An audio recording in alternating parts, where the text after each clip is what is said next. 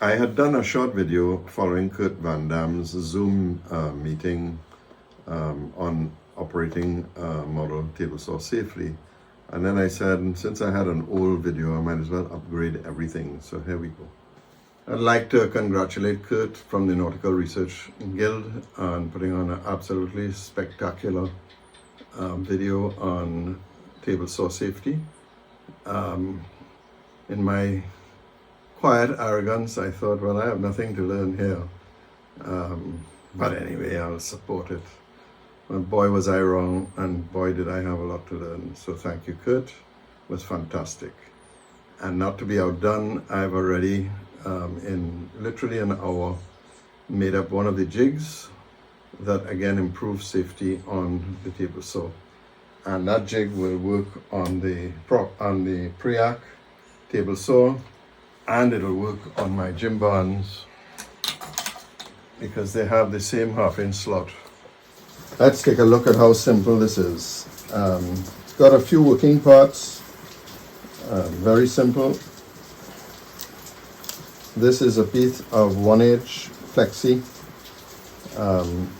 that I curved just to give you a nice round shape and cut a slot on the mill, but you could do this with a jigsaw, or you could do it by hand. This is a piece of hardwood, a 10 by 32 inch recessed bolt, and so all you do is put it through, put a washer on it, and the nut came off an abandoned Dremel piece that I had sitting in a drawer, and that allows me to set anything I want. So let's cut. I'm building in 1/4 inch scale, so all we do is take the veneer caliber, set the 1/4 inch scale, and bring this back a bit, tighten it up so it can't move. Take the piece of wood, bulk wood that we're going to cut from,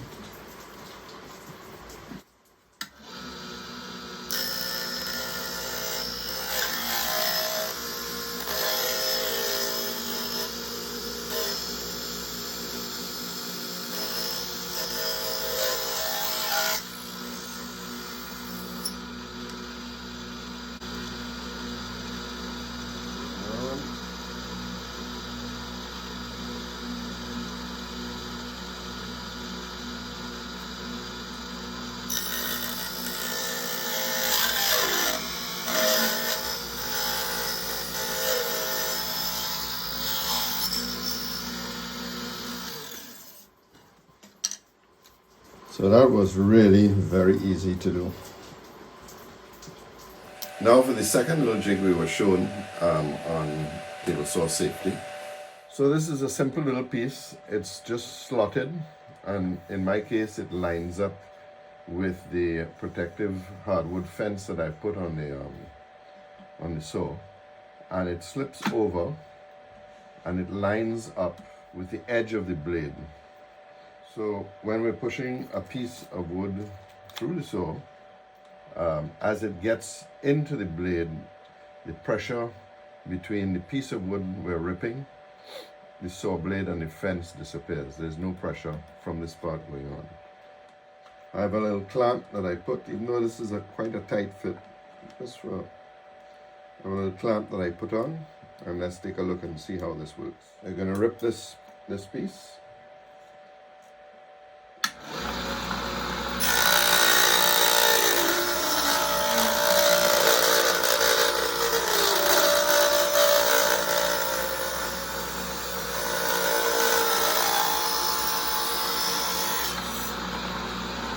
See, as it came off, there was really no pressure here, so this reduces the possibility of any type of kickback. Simple, great, easy to use. And of course you can use the two pieces together. So let's just say that's where I wanted to rip this piece. Bring the fence up onto the piece, tighten it up.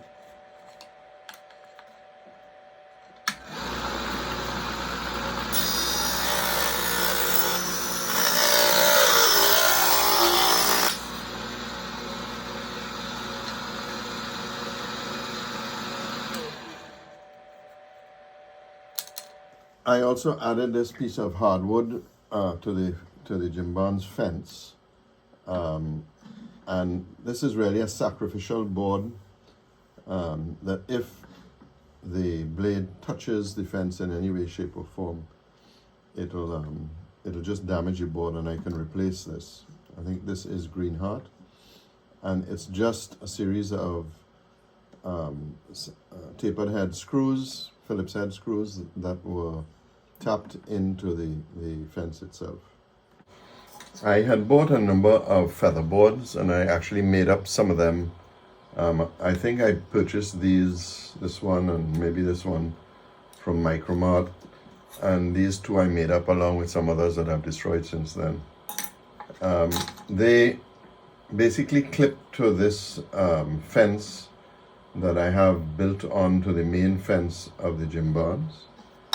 And what they'll do is, if you have a piece like that and somehow it's coming back, it will help prevent kickback simply because it's going against the grain, but it won't totally eliminate it.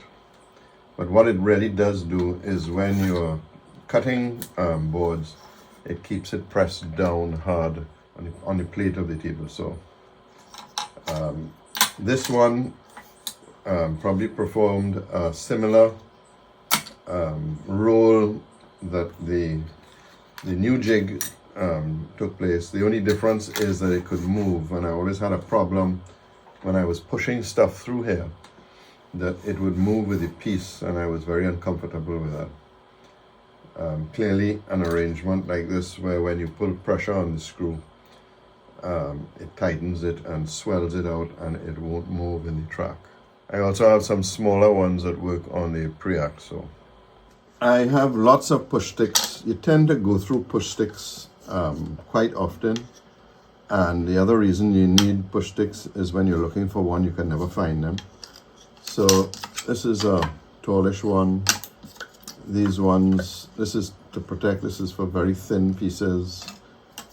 Same for this one. After Kurt's little lecture on keeping fingers 3 feet away, I think I'll start making these a little taller, so at least they're 3 inches. And then I have some bigger ones. This is from the main table saw outside. Then I made up, when I first bought this, Jim had not done a sliding table, and I actually use a sliding table quite a bit. So I made this one up, which really is, it's evolved over time. I've had to put these adjustment screws on. I suppose it's worn over time, and this just tightens it up and makes it nice and tight. It has an adjustable stop which can go either way, and it has this protection block on the side. And like Jim's own, I have some blocks that I can put in here to do angle cuts. I'm certainly at some point in time going to buy Jim's own. I just love his tools, and I think the accuracy on his tools is fantastic. The fence can come off quite easily. There are 2 Allen keys, so you just back them off.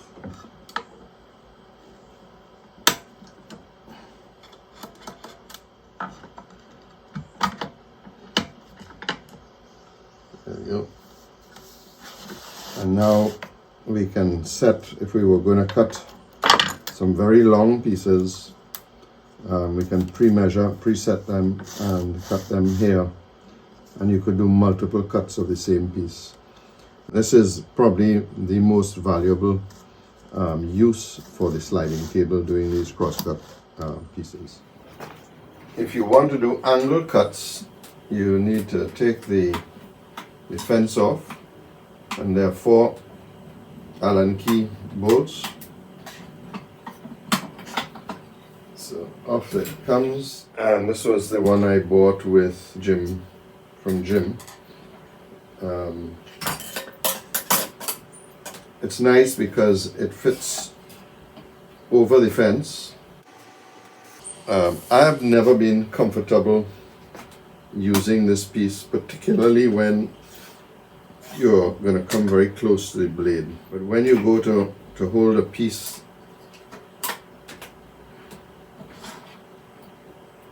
and you go to hold a piece and push it through. I'm just not comfortable with this, so I'll cut the piece on the bandsaw and I will plane it down flat. With my cross-cut table, I can leave the entire fence in place, or if I have it like this, it fits straight over. And if you have very long pieces that you want to cut multiple pieces, again, the fence would have to be removed. You set the distance you want to cut the piece, lock it off, and then just do the cuts.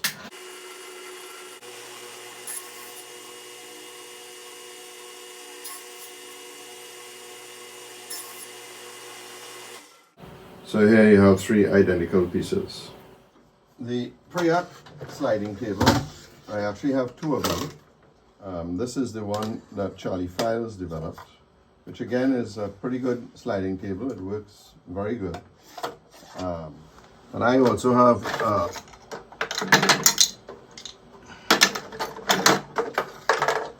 a quick one that I made up, which just sits on the top and works quite well, and I tend to use this quite a bit for quick cuts. As we're on the Priac, this is the angled piece for cutting angled cuts. I have tried to use this on a number of occasions. You have to take the blade down, so maybe it's better we put it this way. Slide the angled piece over, and then the blade comes up against here, and this slides up and down to hold the piece in place. I found that just so problematic. I've just never really used it, and I do exactly as Kurt says. I go on my angle grinder, and that's what I use to put angles on pieces. In terms of the blank plates, I actually bought 3 extra plates, and believe it or not, as many years ago, I still have all 3. When I need to get 0 tolerance in terms of the size of the slot, I'll put some heavy duty scotch tape down and just bring the blade through it, and that's really what I do.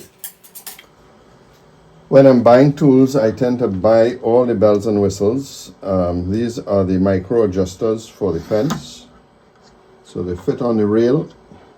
You just tighten them up.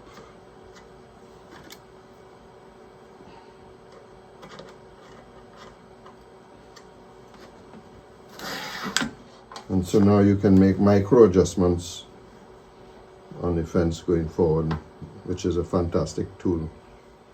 And there's an imperial and a metric, and since I work in both, I ordered both of them, and I keep them with the saw. The last and most useful thing that I did is to put all of my tools, all my power tools that I use on a regular basis on wheels. I'm getting old, so it's nice to be able to roll things around. So the Jim Barnes, which has a fairly wide base, I made a specialty table for it. It's actually an old workbench. And I came across one of these that I had to dump the other day, which is an old MacBook Pro. And I've mounted the Priac on it. And it's fantastic because it actually has access to inside, and you can keep all this stuff that relate to the saw inside here. So it's a great little tool cabinet. All my jigs can fit in here, and it closes up. I have a few more of these, and I'm going to be mounting almost all of my tools on them. It's a great way to keep your power tools. I used to keep them all on this shelving unit, and then I have to take them out, find a spot on a table somewhere. It's just so much better to have it sitting on a wheelbase and just pushed into the corner. When I want it, I just pull it back out. Well, this brings us to the end of this video, and again, a special thanks to Kurt for doing this little seminar on miniature table saw safety. I know we've all come close. I've come close a few times, and hopefully I'll listen to what I say on the video and to what Kurt has said, and we'll see you in our next video. So enjoy the Christmas season, and remember, keep modeling.